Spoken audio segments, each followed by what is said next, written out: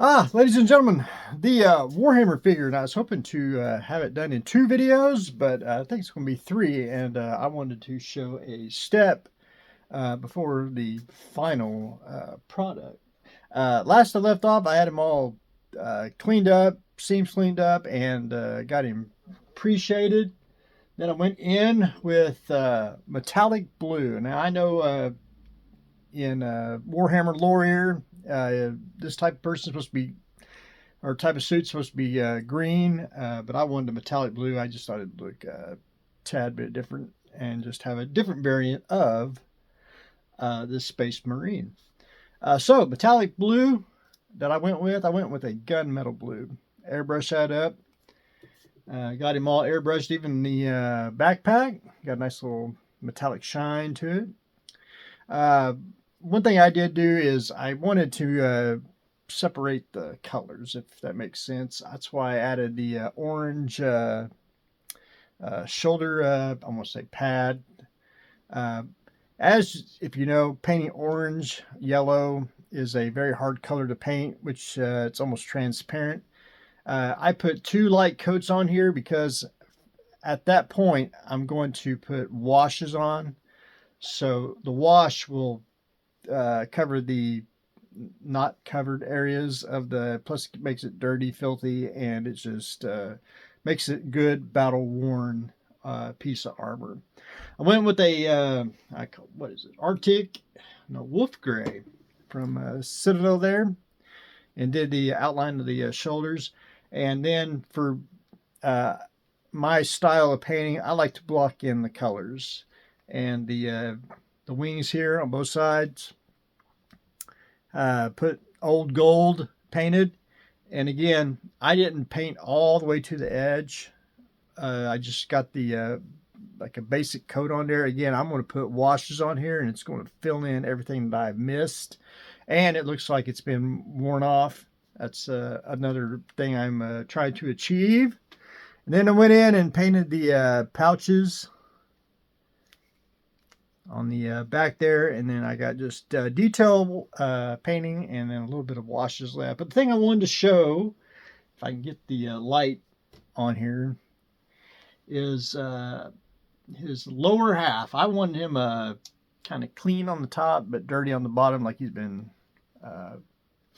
going through the mud there, but not mud, but dirt and grime. So to kind of achieve that effect, I took chipping medium. You can use Vallejo here, water-based, Ammo MIG, AK, they all got it. You can airbrush that straight out of the bottle, and I did. I airbrushed, after I painted it, I airbrushed the chipping on there. Now, of course, everything's got to dry first before you can proceed to the next step. So base coat was on. You can either put a sealer on it, then put the chipping, or you can actually put the chipping on depending on the effect you want. I forgoed the sealer, went ahead and put the chipping fluid on, waited till that dried, which is not terribly too long, 15-20 minutes, roughly half hour at the most. And then I took German camo brown, and again, I like to mix a little paint, track brown, and I airbrushed all the way over where the chipping fluid was on the figure. And then once that dried, and again, another, let's just say another 20 minutes, once that dried, I took, where's Mr. Brush? Took a dill of water, because it is water-based, and just a very cheap, I think SKS calls them mop brushes. Something that's just had its use. Dip that in water, get it all wet, and then just take your brush, and you can take, even toothpicks or thing, and just go and scrape off. The best way to explain it is, and I like to go from the top down, streak down, and it gives it a nice, I don't know, it's kind of hard to see. It's, again, I preach style. My stuff is, I try to make it very subtle, so when you see it up close, you can see the different variations.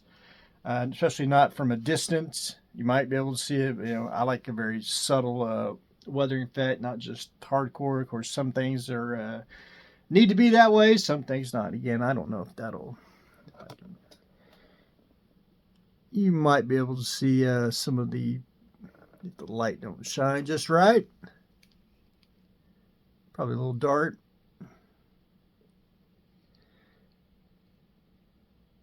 So from that point on, I got him basically a little bit of grime, where the dirt and everything's kind of rusted off. Not a whole lot of rust. I am going to do a little more chipping. This figure does come with scratches in the armor. I want to try to put a little more chipping on here. Then he's going to have heavy washes. I like to do not necessarily an all black wash, more of a brownish black wash. If you have a track paint, it's a good, excellent wash. It's a good in-betweener, if you will. So I got just a little bit of detail painting left to go, and then a whole lot of washes, and hopefully we can finish him up for the third video. But I wanted to show the little chipping fluid action on here, and I think it turned out pretty darn slick. So that's what I got going on today, ladies and gentlemen. A little chipping fluid with the airbrush, and trying to get him painted up. So that's what I got going on today. Stay tuned for next exciting episode.